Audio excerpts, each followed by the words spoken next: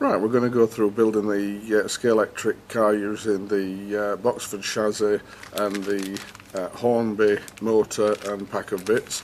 We'll start by doing an unpacking of the actual parts so that we get to see what actually comes from Hornby to go in the chassis. Right, so we've got the Hornby bag of bits. We'll open that up and take out the contents. Okay, so we should have 4 tyres, and to go with the 4 tyres, 4 wheels.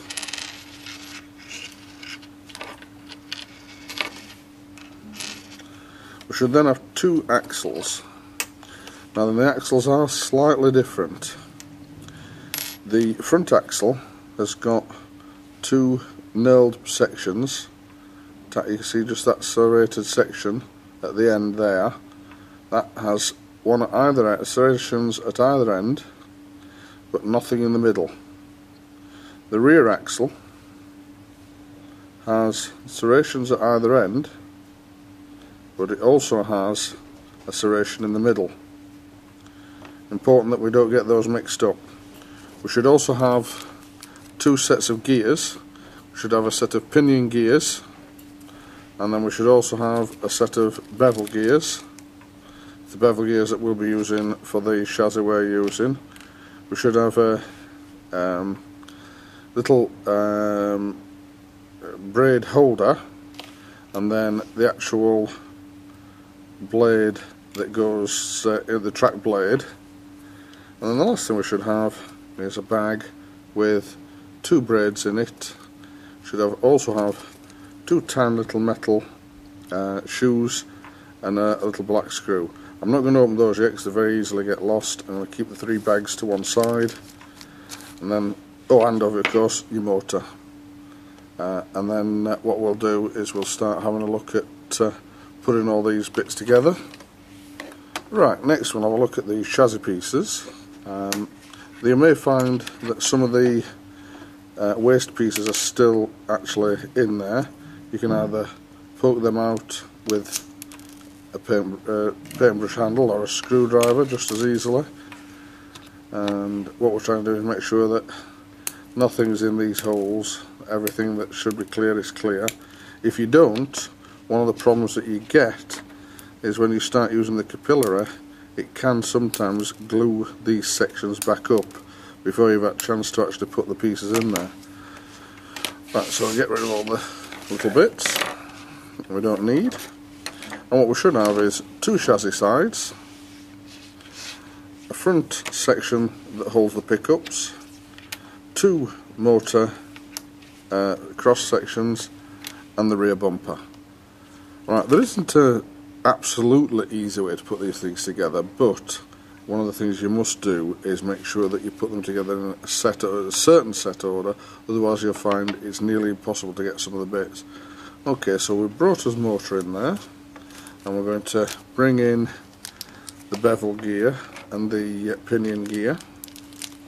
The 2 pinion gears that come in the set are not the same. Unfortunately, you can't use one in place of the other. If you're using the white gear set, you must stay to the white gear set. If you've got a different chassis to the one we're using, you could use the black gear set. Again, it's a matter of choice how you've designed your chassis. We designed this chassis to work with the white set. Right, we're going to start with the white set of gears. The rear axle, which as I said has got the serration in the middle, and we'll start by putting the pinion gear on the motor. Now it's important to notice there's a collar on there, and that must go down towards the motor. What we're trying to do now is we're trying to push that down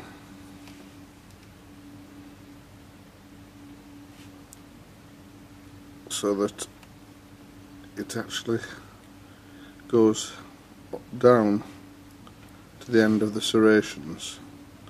So I'm trying to push it so that you can see. So almost to the end. It's important there's a little pip sticking out there.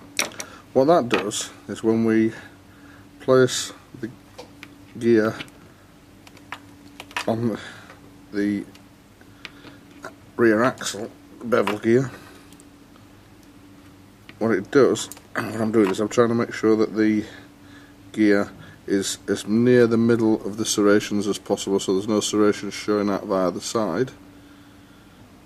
What that does is that pinion actually engages into the gap. There's effectively like a channel in the bevel that engages into, and it helps make sure that the axle isn't sliding up and down and keeps the gear locked to the two gears locked together. Okay, so now let's look at bringing in the chassis pieces. What I'm going to do to start with is take the right hand side, and I'm going to take the front section, and I'm going to, using our acrylic solution, bring some of that up and make a little puddle. I'm going to just do a weld down there just to help hold that on. All that will do is just make life a little bit easier later on, and then I'm going to put that down, give it a chance to dry. Right, so you'll notice that the bulkhead has a flat on the bottom. That matches with the flat on the bottom of the motor. Bring those two together. Stops the motor spinning when the whole system is running. And then we'll bring the other bulkhead on. That's just round, that sits on the back. There should be a nice fit, just to help things so that things don't drop apart when you put them together. Right, we'll bring in the chassis and initially offer those two together. As I say, when you put that together, the solder tags should be on the top, so that what you've got there is the basic system put together. And then when we bring in the axle, I'm going to put the axle in bottom down, and what that should do is that should, as I said, go together with the pinion sticking into that U section. Right, now then, we need to bring our other side of the chassis in together now, and because we've glued that front, it should be a matter of locate the axle, but try and make sure it doesn't drop down. Locate the axle. What we're doing is hold the axle in there, which then should allow the two sides to go together, and finally the whole thing drop together on the front section, so that we need to double check that the gear's in the right place and that it's held with the motor before we finally put some glue on there. And then the last thing we're going to do now is gently put the whole thing down and then start running some capillary glue, just making sure that everything's held together while we run the glue in there. Capillary the glue into the four bulkheads, sides, and into the front. And then the last thing we need to do is bring up the rear bumper, put that in place, and capillary glue that.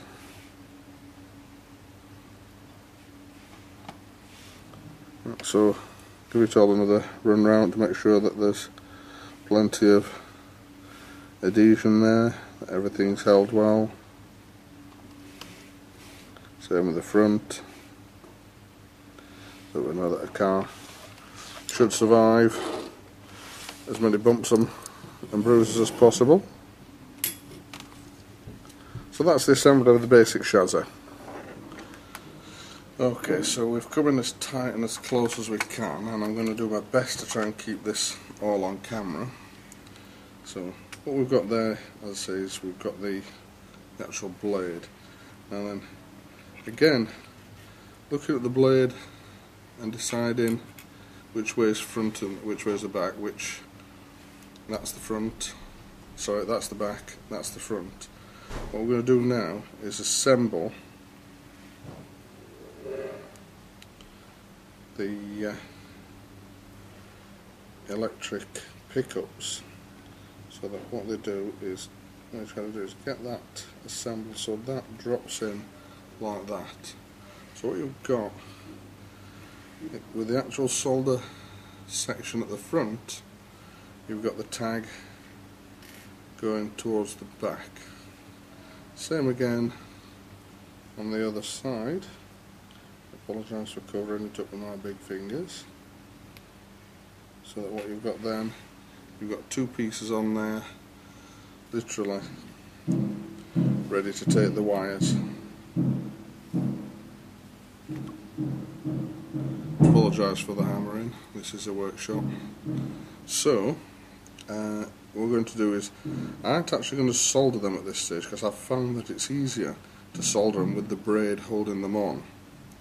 So now I'm going to put the braid on. Now if you actually look at the braid holder, there's two ridges at the top. So that was where. What we're going to do is take one of the braids and, starting ridge face down, we're going to place the braid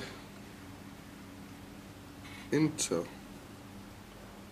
the piece so that it goes just over halfway down between the two. Then we're going to take that round back through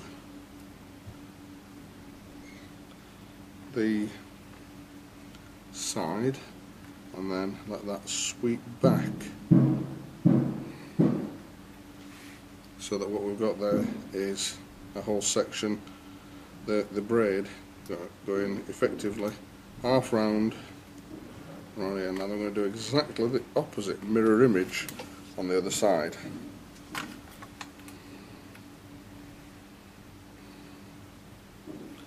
So what we're doing now is we've got the braid going round, past the bump, back in the slot and then sweeping back. So we now have the two braids on, so that what you've got is it partially wrapped around there with the two braids sweeping back. Yeah. I'm going to take the pickup block and placing the braid on. I'll take this a little bit wider so it's easier to see. You can see my studio marks now. So what I'm going to do is taking the block, holding it at the front, and I'm going to take the braid with the pips facing down so that the actual two loose braid sections are facing up like that. Slide that on the back, he says, so it falls straight off, so as I show you. Slide that on the back so that as it goes over the front and then locks back. So I'll see if I can do this in a way so that what you've got is you've got that when the two go together. See if I can show you that in a different way. So what we're doing, we've got the two pieces like that, and effectively that is going to trail in the back edge, try to hop over the front like that, and then slide over the front and then press back so that it's gone over the front and back, so that what happens is the trailing edge catches underneath, goes over the top and then drops back. Now, we're then going to bring over the chassis, place the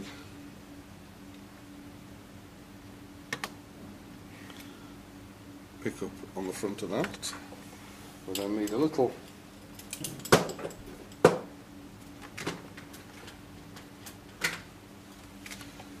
positive screwdriver, not quite small enough.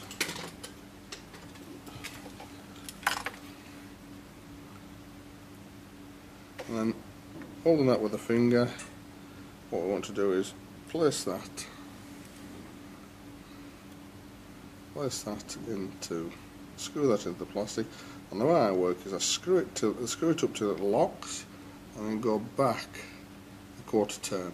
So you should be able to, you can't move it freely, you want to go back a bit further. That should sit there nicely now, moving. If it wobbles, then you'll have trouble. It should move quite nicely, and what it's doing is it's using that screw as a washer on the front section. Okay, so as I said, we're going to connect the wires up on the car. What I found is if you actually make the wire about 15mm either way, either end longer than the car, so you've got yourself. What that will do is, it's useful sometimes to have two different colours of wire, just makes life easier.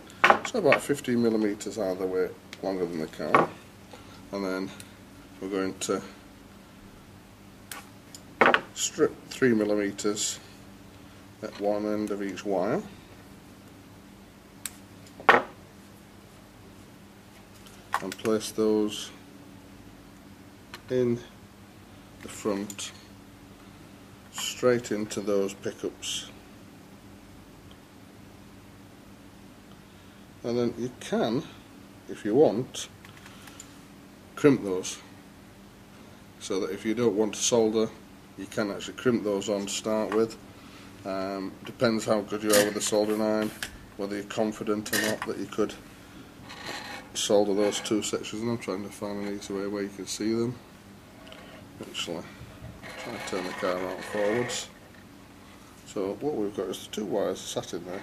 Now then, as it's turned out, one of them is sitting quite nicely and the other one is almost fallen out, so I'm going to go in gently with a pair of side snips and just gently knit the tops together. If you press too hard, you will cut the tops off. So that's the two, I've just nipped the two together there. It will help me a little bit when I come into solder. Sharpest soldering iron you could possibly find, and then I'm going in. There's one soldered.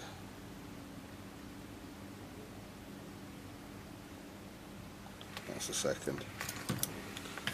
So we've got two nice soldered joints there.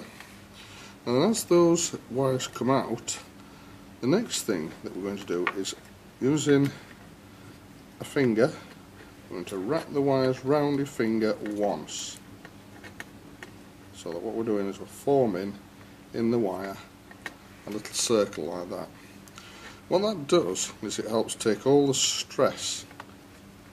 So what we've got there is a nice little circle, so that as the car is moving and those wires and the actual blade is twisting, those wires are moving, and that circle helps take up any stress on the wires, so that what you're doing is you've got everything on that, there's as little pressure as possible on that blade to try so that it can turn as quickly as possible without bouncing out. Right, so we've got a little bit of spare wire there, so what we'll do is we'll cut those to length and then bare 3mm on one wire, 3mm on a second. Now, what I'm going to do now is, just to make life easier, I'm going to gently lift up those tabs, so that what we can do now is actually give the wire at the end a twist, so it doesn't fray. I'm going to actually poke that wire through that hole. If I try again. So what we're doing is poking that wire through that hole. And then, don't try to do the other one. We'll solder that one while it's held. There we go, nice and soldered. And we'll do the same with the other. Twist the end so it doesn't fray, just like you would with cotton in textiles. When you're threading a needle, do that one and solder. So what we've got on this one, I've actually got the wires going plus the same side to same side, so if you actually look, it's same side to same side. Now I think, if memory serves me correct, with the bevel on the bottom side, that will mean that the motor runs in the wrong direction. But we'll continue assembling it with a view that it might work. Okay, so we now need to put our tyres on our wheels, which a lot of that is just about strong fingers and brute force and ignorance. Make sure that when they're on, they're sat as snug as they can. You don't want any bumps on your tyres, otherwise your car will run unevenly. Work its way through the others.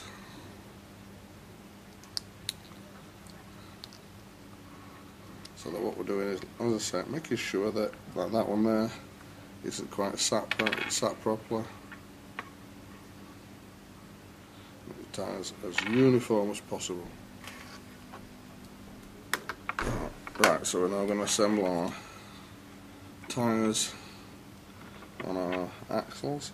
On a slippery table like this, it can sometimes not be as easy because they do resist going on. Part of what you want is them being strong. I have seen them hammered on before today, but you've got to be careful you don't overdo it and you don't want to crack your chassis.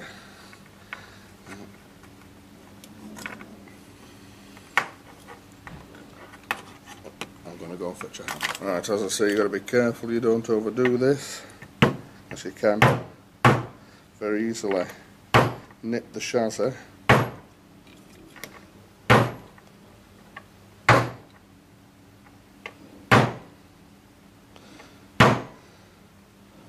Trying to get the wheels within about a millimetre of the side, so make sure that everything runs free.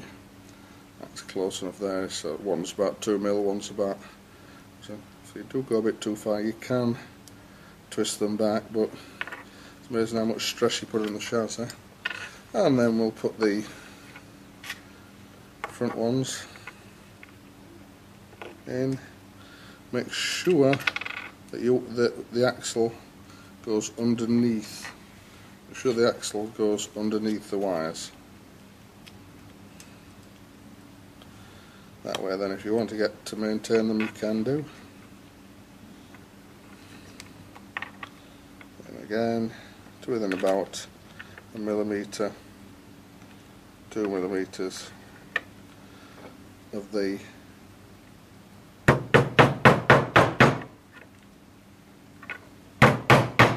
chassis.